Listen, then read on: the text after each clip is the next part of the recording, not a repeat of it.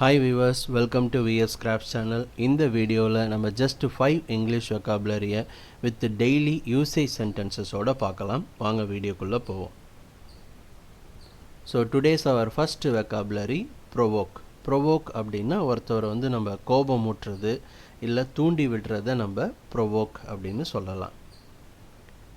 Don't do anything to provoke him. அவரை தூண்டிவிட எதுவும் செய்ய வேண்டாம். Don't provoke me.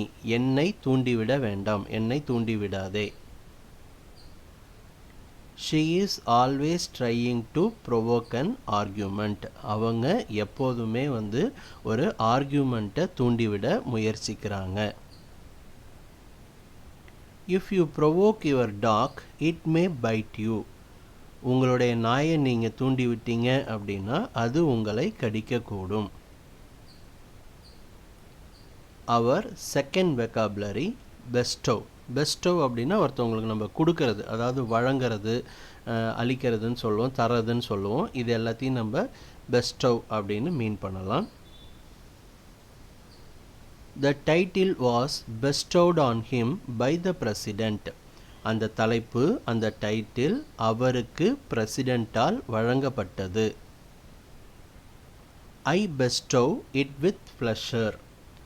நான் இதை மகிழ்ச்சியுடன் தருகிறேன், இல்லைனா நான் இதை மகிழ்ச்சியுடன் வழங்குகிறேன். It is a big honor to bestow on a person. ஒரு நபருக்கு வழங்குவது இது ஒரு மிகப்பெரிய மரியாதை. He was ever ready to take blame on himself and bestow praise on others. அவர் தன் மீது குற்றம் சாட்டிக்கொள்ளவும் மற்றவர்களை புகழ்ந்து பேசவும் எப்போதும் தயாராக இருந்தார். Today's our third vocabulary oppress. Oppress அப்படின்னும் போது ஒரு அடக்கிறது, ஒடுக்கிறது அப்படின்னு சொல்லுவோம். ஸோ அதான் oppress. The ruler oppressed the people. அந்த ஆட்சியாளர் மக்களை அடக்கினார் இல்லை மக்களை ஒடுக்கினார். We should not think oppress each other.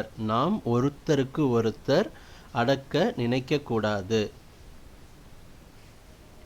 I am not interested if anyone oppress me.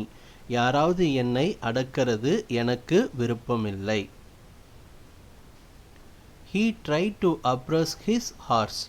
அவர் அவருடைய குதிரையை அடக்க முயற்சிக்கிறார். ஸ்கேர்ஸ் அப்படின்னா பற்றாக்குறைன்னு அர்த்தம். இல்லை நமக்கு ஒரு அபூர்வமாக பார்க்கக்கூடிய ஒரு விஷயம், ரொம்ப கிடைக்கிறது கம்மியாக இருக்கக்கூடிய ஒரு விஷயத்தையும் நம்ம வந்து ஸ்கேர்ஸ் அப்படின்னு சொல்லலாம். Food is scares in this country. இந்த நாட்டில் உணவு பற்றாக்குறையாக இருக்கிறது. இன் summer water is often scares.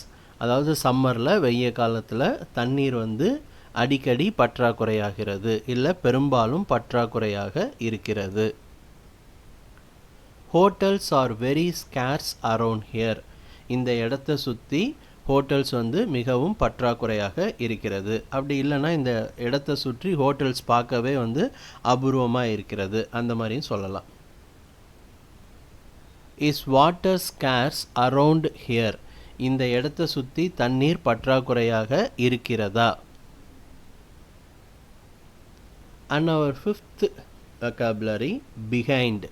Behind அப்படின்னும் போது பின்னாடி இருக்கிற ஒரு விஷயம் இல்லை பின்னடைந்து போகிற ஒரு விஷயத்தையும் நம்ம வந்து behind அப்படின்னு ரெப்ரசன்ட் பண்ணலாம். He turned to see what's behind him. அவருக்கு பின்னாடி என்ன இருக்குன்றத அவர் திரும்பி பார்த்தார். She touched me from behind. அவங்க எனக்கு பின்னாடியிலிருந்து என்ன தொட்டாங்க. The train is 10 minutes behind schedule. அந்த ட்ரெயின் வந்து ஷெடியூலை விட 10 நிமிஷம் பின்னடைந்து உள்ளது, இல்லை ஷெடியூல்லேருந்து பின்னாடி உள்ளது, 10 minutes பின்னாடி உள்ளது. He was standing behind me. அவர் எனக்கு பின்னாடி நின்று கொண்டு இருந்தார். ஸோ வீவர்ஸ், உங்களுக்கு இந்த வீடியோ பிடிச்சிருந்துச்சு அப்படின்னா லைக் பண்ணுங்கள், உங்களுடைய ஃப்ரெண்ட்ஸுக்கும் ஷேர் பண்ணுங்கள், மறக்காமல் நம்மளுடைய சேனலை சப்ஸ்கிரைப் பண்ணுங்கள், பக்கத்தில் இருக்க பெல் ஐக்கானையும் ப்ரெஸ் பண்ணுங்கள். உங்களுடைய கமெண்ட்ஸ் என்னன்றதை கமெண்ட்ஸ் பாக்ஸில் சொல்லுங்கள். Thank you viewers.